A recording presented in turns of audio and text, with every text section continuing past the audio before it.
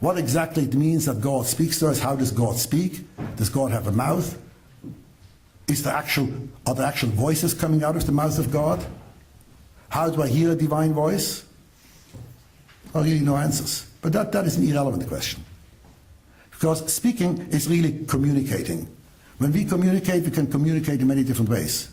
We can communicate in the easiest way by simply talking. I speak to you, you hear me, provided I speak the same language as you, and provided you're familiar with my vocabulary, you can understand what I'm saying. You may agree, you may disagree, but that's what you heard. And then you'll judge that. I can also talk to you by means of sign language. Sign language provided that you recognize the signs. How I do that? So I do not have to speak with a physical voice. For that matter, I do not even have to use sign language. There is such a thing as telepathy, where I can read your mind and I can place, for that matter, thoughts into your mind, so I can communicate with you on a completely non-physical level. Some people have that gift. Very few. But it is there. So as long as there's communication. The only problem with communication and revelation is many people think that they hear voices. Normally we come across a person who claims to hear voices. What do? We send them to a psychiatrist. Hearing voices is the first symptom of schizophrenia. Is it possible that these people do hear voices? Whether they hear them with the physical ear? Every word that you have ever spoken, every word that any human being has ever spoken, is still floating around in the air. You can still today hear anything that has been spoken over the past 5,770 years. Once when mystics used to say that, people used to laugh. You're crazy. Today, of course, we know different. Today we know that speech is not just breathing, exhaling. Speech is a physical reality. When we speak, we create sound waves. Sound waves are real. They're physical. The proof you have, you can sit in your basement somewhere, turn on your radio or your television, and pick up what somebody is talking on the moon. Therefore, communication, passing on a message, I don't care how it happens. What is important that we know that it does happen. So how does God communicate with man? Physical voice? Could you have picked up any of these revelations on a tape recorder? Frankly, I really don't know. But it's irrelevant to me. If I tell you that I have the power of telepathy, and I can communicate with you through my mind, and you, of course, are skeptical. I've seen from the past, people are skeptical when I claim that. I don't know why. Oh, you have little faith. And then I said, I'm going to prove it to you. And how am I going to prove it to you? I said, will each one please here take a piece of paper and a pencil. And when I say go like this, write down whatever comes to your mind. And then I do so, and you write it down. And if somehow everybody writes down exactly the same thing, and before you tell me what you wrote down, I'm telling you what you're going to write down, what you wrote down, would you then believe that I have the power of telepathy? Not only that I can read your mind, but also that I can even make you think. You know, it's communicating and have you express that. Of course, you have no choice. Could there be some other explanation for that? On the basic empirical level? No, there isn't. Is there some far-fetched possibility? Yeah, you can come up with all kinds of theories, but technically, for all practical purposes, you would have to accept that.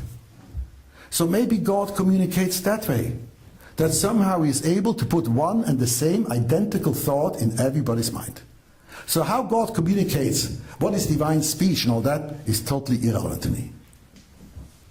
If, however, at a certain point, there is this communication, then this has as much validity as you seeing me standing here in a body in front of you and hearing my voice with your ears, seeing me with all my emotions, and say, yes, that I saw, that I experienced, that I heard. So the same would apply, even if that is on the mental level. To get back to our topic, revelation is the ultimate and final, most important part of religion. Now, revelation can be in many ways. Sydney is a huge city. So is Melbourne, and so is Toronto. And we have all kinds of very fancy modern institutions for all kinds of purposes, in which we provide for all the needs. We have the technology for literally everything. And we have factories, we have computers, we have hospitals, you name it, whatever a society could possibly need, we have it. And in every society, of course, we also have some crackpots. At least those people that we like to call crackpots. Who do I call a crackpot? Anybody who disagrees with me. They're awfully stupid. They have no intelligence. They can't see reality for what it is. How do I know? Because I know this is what reality is. He doesn't see it my way. He's an idiot. And especially when it comes to situations where somebody will suddenly pop up and say to you, guess what? I had a tremendous experience. God spoke to me. What would your reaction be? Shrug your shoulders. Never. Rahman has pity on this fellow. And you write him out and give him a phone number, the nearest psychiatrist. And if he goes to a psychiatrist, what's going to happen? The psychiatrist is going to examine him and he will claim to the psychiatrist, yes, I hear God talking and God gave these instructions, God said this and God said that, etc., etc. And the psychiatrist sees he can't make heads or tails out of this guy, he can't straighten him out, he's going to commit him. On the other hand, in Toronto at least, we have great respect for people like that. Like for practically no one else. When people come and claim that God speaks to them, we take care of them. We give them free room and board. Won't do it for anybody else. So obviously, we care about them.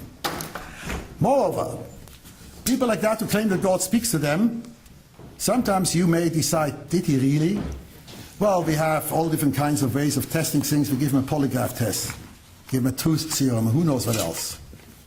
And guess what? 90, if not 99% of them pass the test with flying colors. They are speaking the truth. Polygraph tests are accepted in many places in the illegal system. Which means if these people claim that God speaks to them, pass this test, and are telling obviously the truth that God spoke to them, you have to take their word for it. Since these people are telling the truth, I now have a dilemma, a very serious dilemma. And this gets to the very core of our problem we're discussing tonight. When I go to this hospital for the mentally, well, today it's called mentally challenged. Careful with vocabulary, be politically correct. The mentally challenged. And I go to room number 1 and I meet patient A. And I ask him, and he has passed all the tests. And I ask him, tell me, what did God tell you? He will answer me, very nice that you come to ask, I've been waiting for you, it's about time. God told me to pass on the message to you that next time you worship, make sure you stand straight, feet together, hands fall down, close your eyes, stand there in awe and trepidation, and worship God. Thank you very much. Then I go to patient number 2, and I ask him, what did God tell you? God told me next time you worship him, make sure you lie on your tummy. Room number 3, make sure you lie on your back. Room number 4, make sure you somersault, and while somersault you say your prayers. Meaning in plain English, everyone will give me some kind of a different message. Whether it differs drastically, radically, or it differs only in minor details, doesn't matter. The messages are not the same. What do I do now? By everything available to me, they are all speaking the truth. By the standard that I measure truth, they all measure up. But they are mutually exclusive. If I follow one, I have to reject 2, 3, 4 and everybody else. If I follow 2, I have to reject 1, 3, 4, 5 and everybody else. I really have only 2 alternatives. Accept all of them, and then I really need a psychiatrist. Even I would admit it. You go crazy. Or the other alternative, reject all of them. There's no way I can determine who amongst all these claimants for truth is really the true one.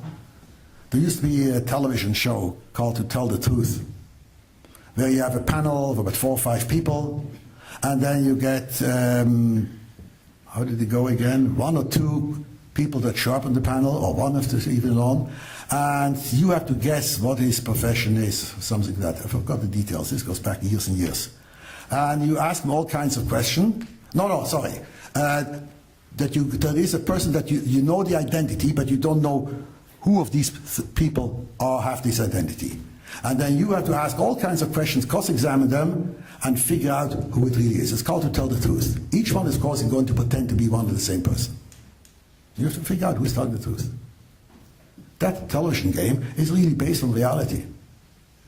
That television game is based on the pursuit of religion, without those people knowing it. Because religion is precisely the same thing. You have a whole panel, and not just of 2 or 3 people, claiming to be one and the same, but having hundreds of people. You have a whole supermarket display of different religions. Each one claiming to be the one and only true one. Each one claiming, I am the one and only way to salvation. I have for you the one and only true expression of God's will, how God wants to be worshipped. If you believe one, you have to reject all the others. If you choose another one, you have to reject all those. But all of them have exactly the same claim. How can you ever determine what religion to follow? So therefore the best thing to do is say, a plague on all your houses. It's impossible to determine. I want to have nothing with any of you. That is if we go by one of 2 things. Determine religion on the basis of what appeals to you, on the basis of that which you think that's what religion should be like. That's what salvation or a savior should be like. That's what the message should be like. And I heard this preacher, and I heard this so-called prophet, and I really like him. He's a really charismatic individual. And he's so beautiful, and the message is so beautiful and so heart-stirring and so inspirational.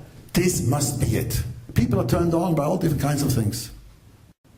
Yes, you're turned on by X. Somebody else is turned on by Y. Same way as you're turned on by X. So why should you go follow X? Why not Y? Well, he turns me on. Yeah, so are you telling me that you are telling the truth and he's telling the truth? And that is essentially the problem with all religions in the world. They're totally meaningless, worthless. They're all basically claiming, on the basis of a person, an individual comes around, I'm a prophet, God has spoken to me, this is the message. If you accept any one of them, you're literally stuck with all others. Unless you can show that one of them has something unique, essentially different, objectively different than all the others. But in terms of who the prophet is, or in terms of what the message is, you will never get it out of that. And therefore, religion cannot be based on faith. Did you hear what I said? Religion cannot be based on faith. With faith, you can adopt literally everything and anything on earth. From the most subtle and most sophisticated ideas, all the way down to the crudest. On the basis of faith, I can give you the most sophisticated apologetics and analysis, reason for the crudest types of behavior, Satanism or whatever you want. I'll show you how Satanism makes sense. It may not be popular, it may not be politically correct, but it makes as much sense as 99.99% of all the other religions in this world. The foundation and the basis is exactly the same. An individual showing up, claiming, I'm a prophet of God. I've been sent by God, and this is the message. For that matter, they may even perform all kinds of miracles, supernatural feats. Every religion in the world claims that it has some of its founders or others of its prophets that perform supernatural feats. And they're correct. They're correct. Are miracles a criterion? Well, if he's not the prophet of God, how would he have been able to do so? Only God can give you that power to supersede nature. But then again, have the other religion doing the same thing.